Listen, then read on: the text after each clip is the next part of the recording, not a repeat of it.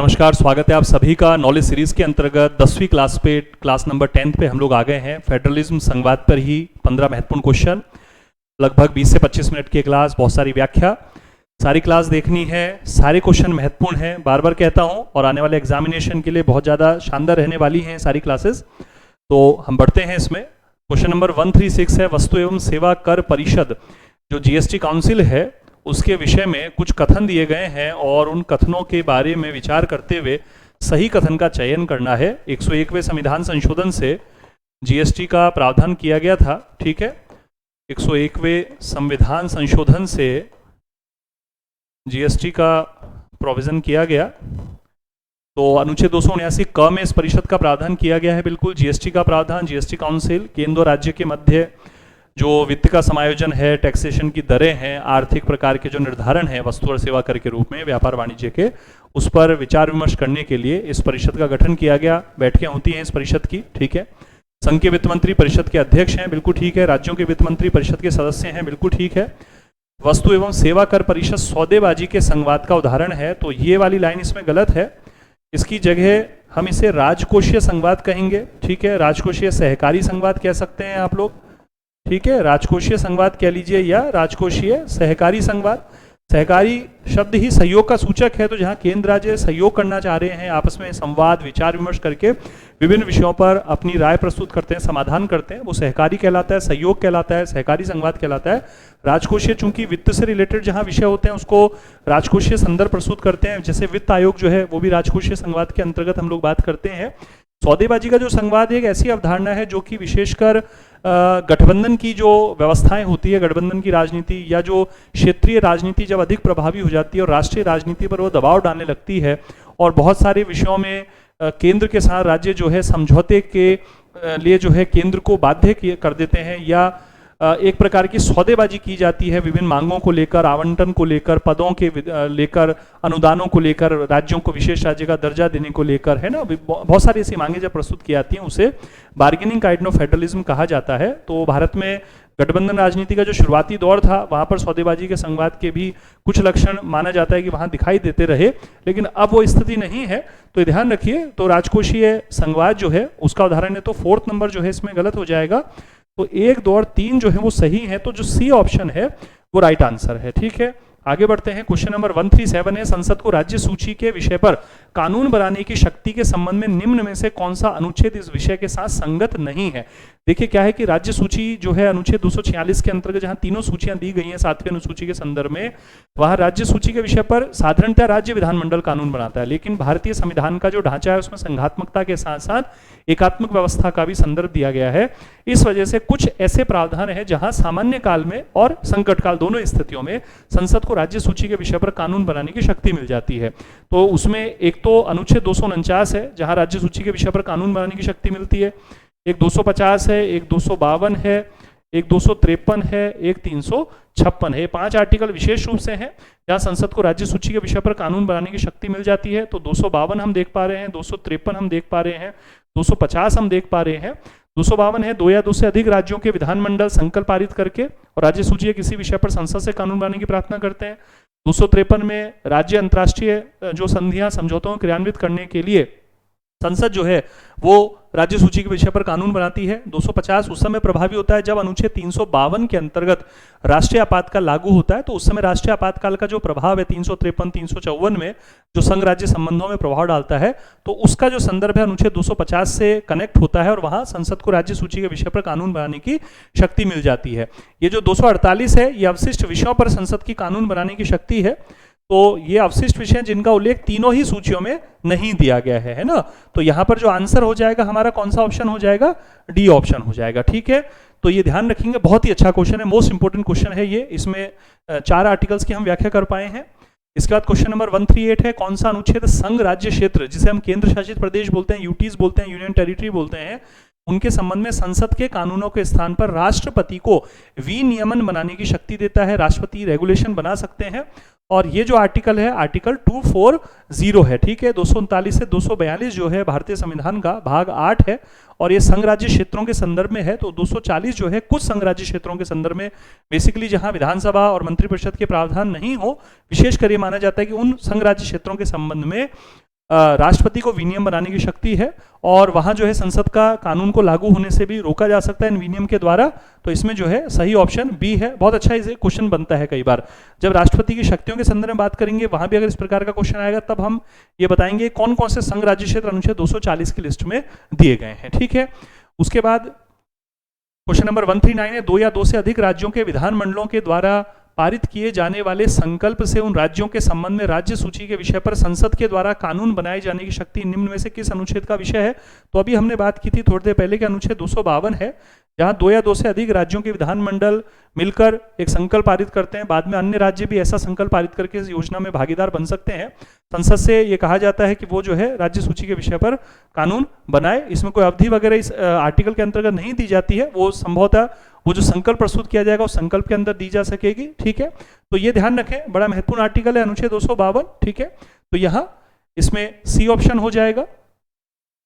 जैसे मान लीजिए राज्यों के पास संसाधन की कोई कमी हो रही है, कोई ऐसा विषय है जो आंतरिक सुरक्षा से रिलेटेड है या किसी प्रकार का जो है वित्त से संबंधित मामला आ रहा है, राज्यों को संसाधन जुटाने में दिक्कत आ रही है, तो ऐसे कोई विषय हो सकते हैं। स्वास्थ्य से संबंधित कोई मामला हो सकता है जो ऑलरेडी मान लीजिए राज्य सूची का विषय है, लेकिन राज्यों के पास संसाधन नहीं है, मशीनरी नहीं है, पर्याप्त अनुभव, कौशल, दक्षता नहीं है उनके पास। ठीक है, किसी प्रकार की वहाँ समस्याएं चल रही हैं राज्यों में, जो विभिन्न प्रकार के मत दिखाई दे रहे हैं उन विषयों पर, तो वहाँ समरूपता लाने के लिए संसद से इस प्रकार की प्रार्थना की जा सकेगी। ठीक है, उसके बाद क्वेश्चन नंबर 140 है, कथन संसद के द्वारा भारत के संपूर्ण राज्य क्षेत्र के लिए कानून का निर्माण किया जा सकता है। बिल्कुल ठीक है, ये आर्टिकल 245 के अंतर्गत ये लाइन दी जाती है। ठीक है, अनुच्छेद 245 है जिसमें संसद को भारत के संपूर्ण राज्य क्षेत्र के लिए कानून बनाने की शक्ति है। एक प्रकार से संसद की जो विधायी सीमा है उसका विस्तार इसके माध्यम से बनाया जाता है। साथ ही उसी में एक ये लाइन लिखी गई है कि संसद द्वारा बनाया गया कोई कानून भारत के राज्य क्षेत्र के बाहर रह रहे भारतीयों और उनकी संपत्ति के संबंध में उनके द्वारा कोई कार्य किया जा रहा है उन पर भी लागू हो सकेगा। हालांकि अंतर्राष्ट्रीय विधियों का भी फिर विषय बन जाता है, लेकिन इसका मतलब ये है कि कोई भारतीय जो विदेशों में अभी केवल प्रवास कर रहा है, वहाँ की नागरिकता उसने ग्रहण नहीं की है, केवल प्रवास कर रहा है, जैसे पर्यटन के लिए गया हुआ है, कोई मेडिकल कंडीशन के लिए गया है, एजुकेशन के लिए वो गया हुआ है वहाँ पर, ठीक है, कोई रिश्तेदारी में गया हुआ है, कोई घूमने के लिए गया हुआ है ना, कोई रोजगार के संदर्भ में गया हुआ है, तो उस पर भी भारतीय संसद द्वारा बनाया गया कानून जो है वो लागू होगा। कोई टैक्सेशन के लॉ जो है वो लागू हो सकेंगे। ठीक है, अब जिस देश में काम कर रहा है ये तो स्वाभाविक सी बात है कि उस देश के कानूनों का भी उसे पालन तो करना ही पड़ेगा। इसलिए जब उस देश के कानून और हमारी संसद के द्वारा बनाए गए कानूनों का उस पर्टिकुलर व्यक्ति के संबंध में यदि कहीं को टकराव या यदि कहीं कोई विवाद होगा तो फिर ये अंतर्राष्ट्रीय वार्ताओं का विषय बन सकता है, अंतर्राष्ट्रीय संदर्भ हो सकते हैं। तो वो खैर हमारा पार्ट नहीं है, यहाँ पर वो आईआर की व्यवस्था है। यहाँ हम बात करेंगे ये दोनों व्यवस्थाएं आर्टिकल 245 में ही दी गई हैं। ठीक है, तो ये जो कारण लिखा है हमने, संसद द्वारा बनाया जाना कानून भारत राज्य क्षेत्र के बाहर रहने वाले भारतीयों के संदर्भ में भी लागू किए जाने की संविधान व्यवस्था करता है। इसको जो है राज्य क्षेत्रातीत कानून बोला जाता है ना, एक्स्ट्रा टेरिटोरियल व्यवस्था इसको बोला जाता है। इसको ये जो कारण वाली व्यवस्था है ये भी अनुच्छेद 245 में ही है और इसको हम लोग क्या है राज्य क्षेत्रातीत कानून का नाम देते हैं। ठीक है प्यारे विद्यार्थियों, राज्य क्षेत्रातीत कानून जो है इसको बोला जाता है। क्षेत्र से बाहर भी इसका प्रवर्तन हो सकता है, लेकिन कोई क्षैतिज संबंध नहीं है। ये भारत के संपूर्ण राज्य क्षेत्र की बात कर रहा है, ये राज्य क्षेत्र के बाहर का संदर्भ है, इसलिए कारण कथन दोनों सही है, लेकिन क्षैतिज संबंध सीधा सीधा संबंध ना होने से इसका आंसर बी आ जाएगा। ठीक है, क्वेश्चन नंबर 141 है, वस्तु एवं सेवा कर परिषद जो जीएसटी काउंसिल है उसका प्रावधान संविधान के किस अनुच्छेद की विशेषता है? तो ये तो अभी हमने पिछले क्वेश्चन में देखा भी था, अनुच्छेद 279 का जो है ये इसकी व्यवस्था यहाँ पर की गई है। ठीक है, ये ऑप्शन जो है इसको बी कर देते हैं, ये सी है और ये डी ऑप्शन है। ठीक है, आर्टिकल 279A जो है वस्तु सेवा कर परिषद का जो प्रावधान है वो इसके अंतर्गत किया गया है। ठीक है, इसके बाद आगे बढ़ते हैं। केंद्र के द्वारा राज्यों को दिए जाने वाले जो प्रशासनिक निर्देश हैं उसका संबंध संविधान के किस अनुच्छेद से है? तो एक चीज ध्यान रखिए, संविधान का भाग जो 11 है उसमें अनुच्छेद 245 से 255 तक विधायी संबंध है और 256 से 263 तक प्रशासनिक संबंध है। बेसिकली 256 और 257 इस प्रकार के निर्देशों से रिलेटेड है। ठीक है, 257 की जो विषय वस्तु है वो और भी अधिक विस्तारित हो जाती है, तो मूल रूप से यहाँ चूंकि 256 दिया गया है तो ये 256 के अंतर्गत आएगा। प्रशासनिक निर्देश का संबंध जो है 263 जो है वो अंतर्राज्यीय परिषद के बारे में आ जाता है। ठीक है, 262 जो है वो जो प्रशासनिक प्रकार के 262 जो है वो अंतर्राज्यीय जो नदी घाटी जो जल विवाद है उनके संबंध में अधिकरणों की स्थापना से रिलेटेड जो व्यवस्था उसका संदर्भ है।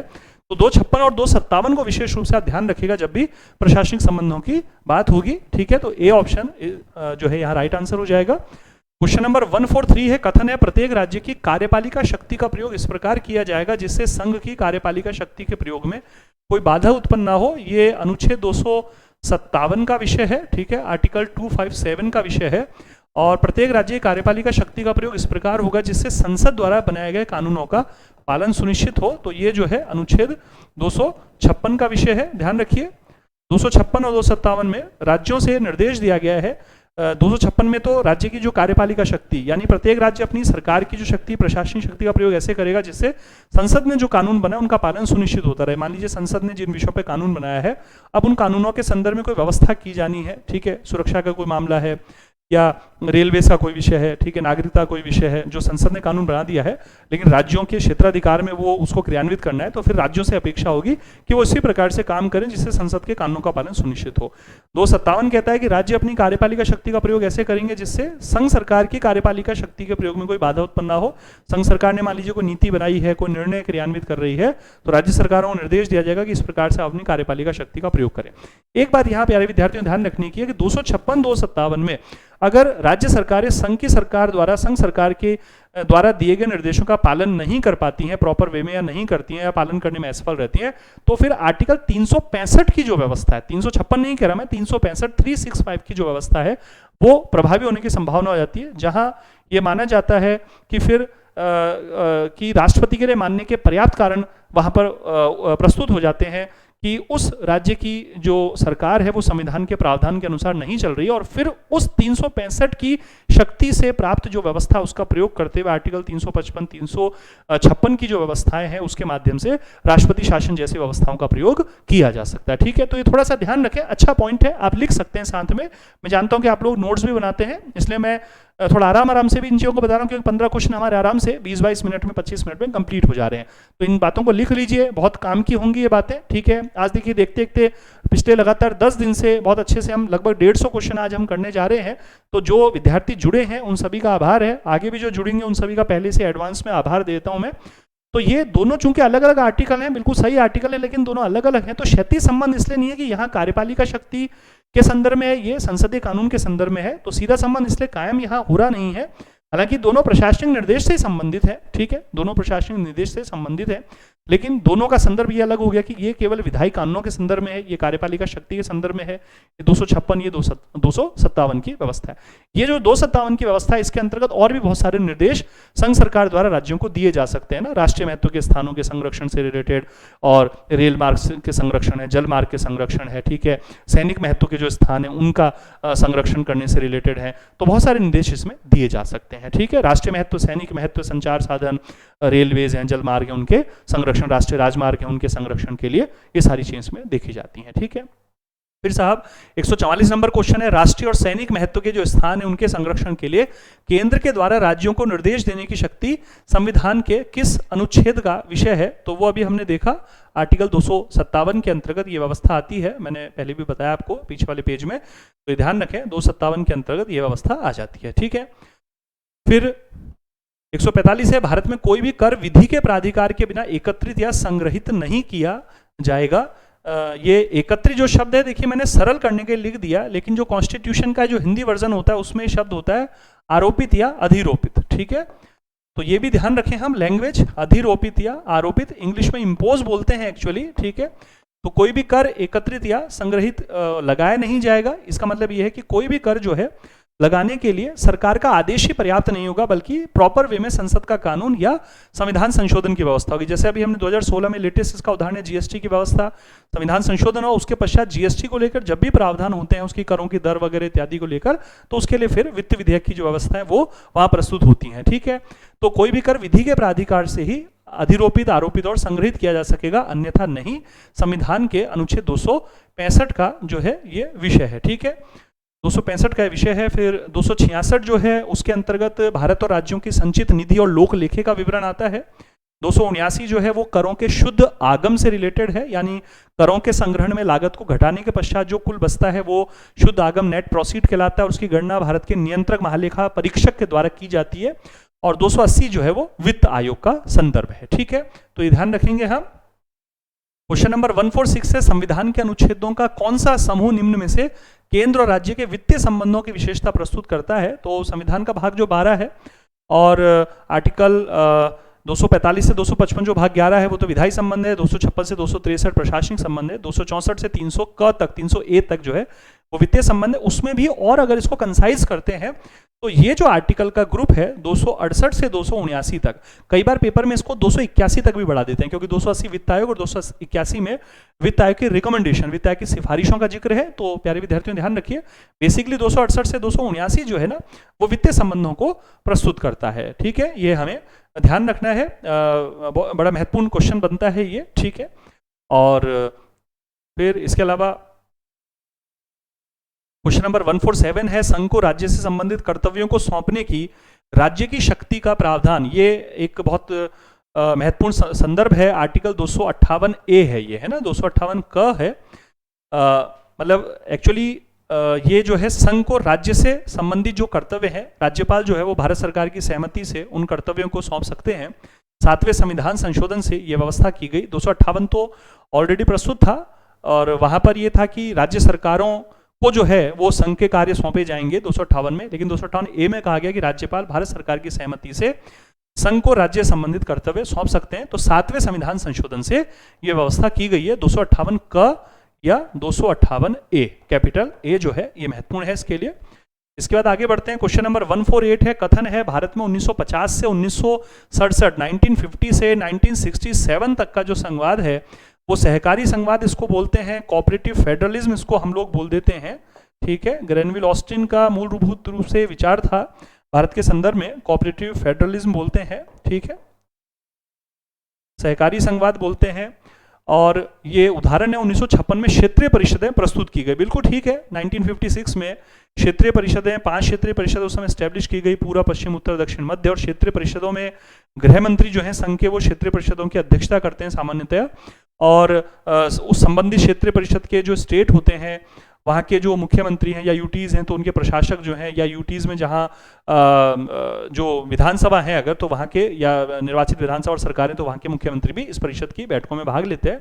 आपसी जो विवाद होते हैं, कभी सीमाई विवाद होते हैं, कभी व्यापार के विवाद होते हैं, कभी कोई टैक्सेशन इत्यादि से रिलेटेड विवाद हो सकते हैं। ठीक है, कोई नदी पानी के विवाद हो सकते हैं, तो उनको बातचीत के जरिए सुलझाया जाता है। तो ये बड़ा महत्वपूर्ण है। और कालांतर में 70 के दशक में तो पूर्वोत्तर क्षेत्रीय परिषद भी जो है गठित की गई पूर्वोत्तर के स्टेट्स के लिए, तो क्षेत्रीय परिषद प्रस्तुत की गई और यही सहकारी संघवाद का समय था मूलभूत रूप से 58-67 तक का। तो ये बिल्कुल क्षैतिज संबंध है, कारण कथन की बिल्कुल सही व्याख्या है यहाँ पर। ठीक है, सहकारी संघवाद, कोऑपरेटिव फेडरलिज्म, और उसका मतलब है केंद्र और राज्य सरकारें विभिन्न मुद्दों पर आपस में संवादों के जरिए उनका हल खोजती हैं। मतभेद होते हैं लेकिन उन मतभेदों को बढ़ाया नहीं जाता, मतभेदों को कम करने का प्रयास किया जाता है और उसके लिए संस्थागत तंत्र प्रस्तुत किए जाते हैं। तो ऐसा ही एक संस्थागत तंत्र क्षेत्रीय परिषद है। ठीक है, ये ध्यान रखें। ऐसा ही एक संस्थागत तंत्र जो है आर्टिकल 263 के अंतर्गत अंतर्राज्यीय परिषद है। ऐसा ही एक संस्थागत तंत्र हम देखते हैं जीएसटी काउंसिल है। ऐसा ही एक संस्थागत तंत्र हम देखते हैं नीति आयोग है। ठीक है, तो ये लिख लीजिए, आप नोट्स बना लीजिए, बहुत बेहतरीन प्रयास रहेगा। ठीक है, फिर आगे बढ़ते हैं। क्वेश्चन नंबर 149 है, कथन है भारत में कुछ राज्यों के संबंध में किए गए विशेष प्रकार के संरक्षण प्रतिस्पर्धा मूलक सहकारी संघवाद को प्रस्तुत करते हैं। बिल्कुल, जैसे आर्टिकल 371 है ना, यहाँ जो अगर हम बात देखें इसका जो उदाहरण है वो आर्टिकल 371 और 371 ए से लेकर के 371 जे तक की जो व्यवस्था है वो संदर्भ उसकी बात कर रहा है। लेकिन इसको क्या है कि प्रतिस्पर्धा मूलक सहकारी संघवाद नहीं बोलते हैं, इसको असममित, ठीक है ना, इसको असममित या विषम प्रकार का संघवाद बोलते हैं। ठीक है ना, असममित या विषम संघवाद बोलते हैं, एसिमेट्रिक फेडरलिज्म बोलते हैं। कुछ राज्यों की स्थिति, भूगोल के कारण और उनके ऐतिहासिक परिदृश्य, उनकी जनांकीकी की जो बनावट है, जनसंख्या, जो निर्जातीयता है, जो वहाँ सीमावर्ती स्थिति हो सकती है। ठीक है, तो ये कुछ ऐसे रीज़न हो सकते हैं जिससे उनको विशेष संरक्षण की ज़रूरत होती है। भारत में फिर वैसे भी राज्यों का पुनर्गठन का जो इतिहास है वो इस प्रकार का रहा है कि राज्यों को विशेष प्रकार के प्रयास हुए हैं, उससे राज्य भारत में शामिल हुए हैं, विभिन्न प्रकार के राज्य। तो उन राज्यों का विकास करने के लिए, उनको विकास की मुख्य धारा में शामिल करने के लिए लोगों उनका ट्रस्ट प्राप्त करने के लिए, विश्वास प्राप्त करने के लिए उनको विशेष प्रकार के संरक्षण दिए जाते हैं, है ना। वहाँ विशेष उत्थान के लिए कल्याणकारी योजनाएं भी विशेष रूप से चलाई जाती हैं। तो ये असमित संवाद है, बिल्कुल ठीक है ये। तो ये लाइन एक्चुअली कथन गलत हो गया, क्योंकि प्रतिस्पर्धा मूलक सहकारी संवाद नहीं, ये विषम संवाद होता है। तो ये कथन जो है वो तो गलत हो गया। कारण है कि अनुच्छेद 370 के द्वारा जम्मू कश्मीर के संबंध में की गई विशेष व्यवस्थाओं को 2019 में समाप्त किया गया। बिल्कुल, जम्मू कश्मीर भी इस विषम संवाद के अंतर्गत प्रस्तुत किया गया था, क्योंकि जिन स्थितियों में जम्मू कश्मीर का विलय किया गया और फिर संविधान का निर्माण जब चल रहा था, संविधान सभा जब जम्मू कश्मीर के प्रतिनिधि आए और वो सारी व्यवस्थाएं अतीत की थी, तो अस्थायी और संक्रमणकालीन जो प्रावधान था, वहाँ ये व्यवस्था संविधान का जो भाग 21, जिसको आर्टिकल 369 से और 392 तक जब उसकी व्यवस्थाओं को हम देखते हैं, ठीक है, तो वहाँ एक अंतरिम और अस्थायी और संक्रमणकालीन जो प्रावधान थे उसके अंतर्गत ये व्यवस्थाएं की गई थी, ठीक है।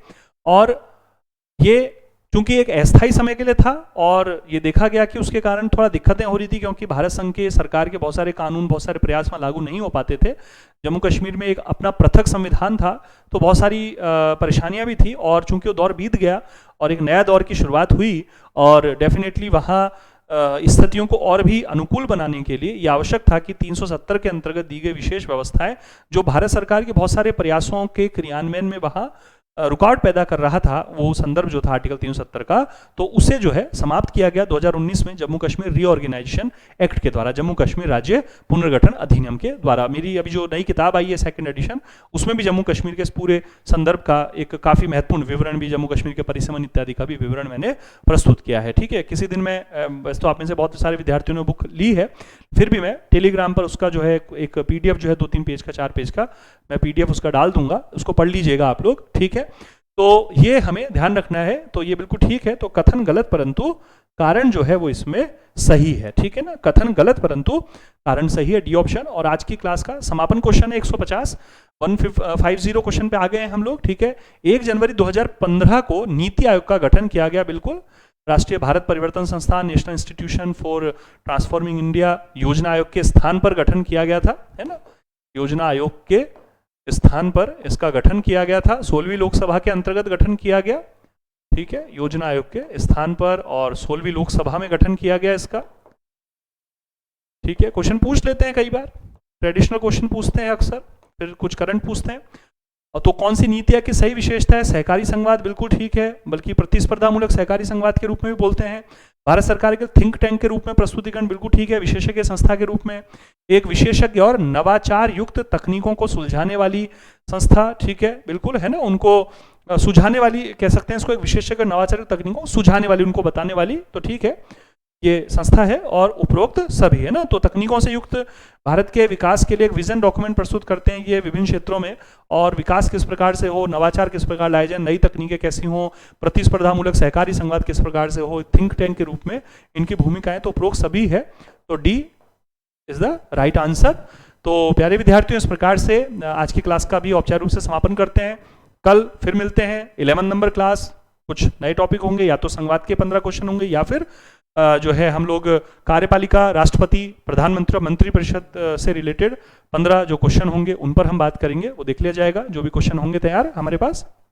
और स्वास्थ्य का ध्यान रखिए, लगातार जुड़िए, लगातार इन क्लासेस को देखिए। आने वाले एग्जाम बहुत जल्दी हैं आप सभी के, और मुझे लगता है कि अगले 6-8 महीने में काफ़ी सारे महत्वपूर्ण एग्जाम आप लोगों के हैं, तो उसमें पॉलिटी का तो बहुत महत्वपूर्ण योगदान है ही। और ये जो सीरीज है निश्चित रूप से बहुत लाभदायक होने वाली है आपके एग्जामिनेशन में। और आप सभी का आभार, धन्यवाद। स्वास्थ्य का ध्यान रखिए, सकारात्मक बने रहिए। कल मिलता हूँ क्लास नंबर 11 में। नमस्कार, धन्यवाद।